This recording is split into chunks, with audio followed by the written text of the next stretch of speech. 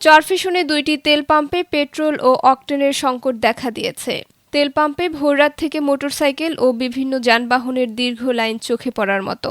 সরেজমিনে গিয়ে দেখা যায় ঘণ্টার পর ঘণ্টা লাইনে দাঁড়িয়ে থেকেও তেল সংগ্রহ করতে না পেরে ভোগান্তির শিকার হচ্ছেন সরকারি বেসরকারি চাকরিজীবী, ব্যবসায়ী সহ নানা পেশার মানুষ।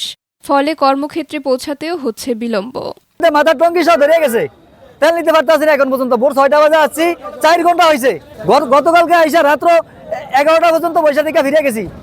আমরা এই যে দীর্ঘদিন যাবত আজকে 1 মাসের উপরে এইভাবে ভোগান্তির ভিতরে আছি। টাঙ্কি খুলে নিয়ে আসাতে একজনে 8-10 বার নাই, আবার ম্যান চেঞ্জ করে, একবার একজনে আসে আর আরেকবার একজনে আসে, আইসা পরে এগুলি বেলাকে 200-300 টাকা করে বিক্রি করে।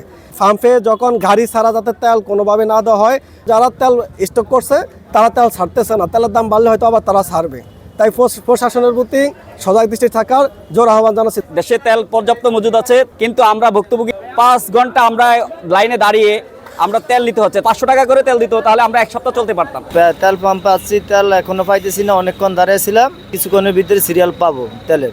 আমজুরাট থেকে আনছি, রুগী নিয়ে এসেছি। তেল নিয়ে আমরা বরিশাল দিতে হবে, রুগীর ডাইরেক্ট বরিশাল দিতে আমাদের প্রায় 25 লিটার তেল লাগবে। 25 লিটার দিবে না, আমাদেরকে হয়তো 20টা দিতে পারে, আবার 10টা অন্য ফার্ম তেল হইতে হবে, এভাবেই দিতে হবে রুগী নিয়ে। এ বিষয়ে ব্রাদার্স ফিলিং স্টেশনের মালিক পক্ষ গোলাম সারোয়ার জানান, আমাদের এখানে প্রতিদিন যা তেল আসে, আমরা টিউন মদের সাথে কথা বলে, এসিডেন্সের সাথে কথা বলে আমরা সবসময় তেল দিতে প্রস্তুত থাকি। এবং আমাদের জায়গায় নৌবাহিনী থাকে, পুলিশ প্রশাসন থাকে, আমরা রেশনারে তেল দিতে থাকি। আমাদের কাছে যা মজুদ থাকে তা প্রশাসন জানে। সবসময় এসিডেন্সার নেয়, আমাদের পদ্মর কোম্পানির বিপণী কর্মকর্তা নেয়, এবং আমাদের কোম্পানির খাতা আছে। হোন্ডাতে 200 টাকার, মাইক্রোতে 10 লিটার তেল দেয়, প্রাইভেট কারে 10 লিটার দিই।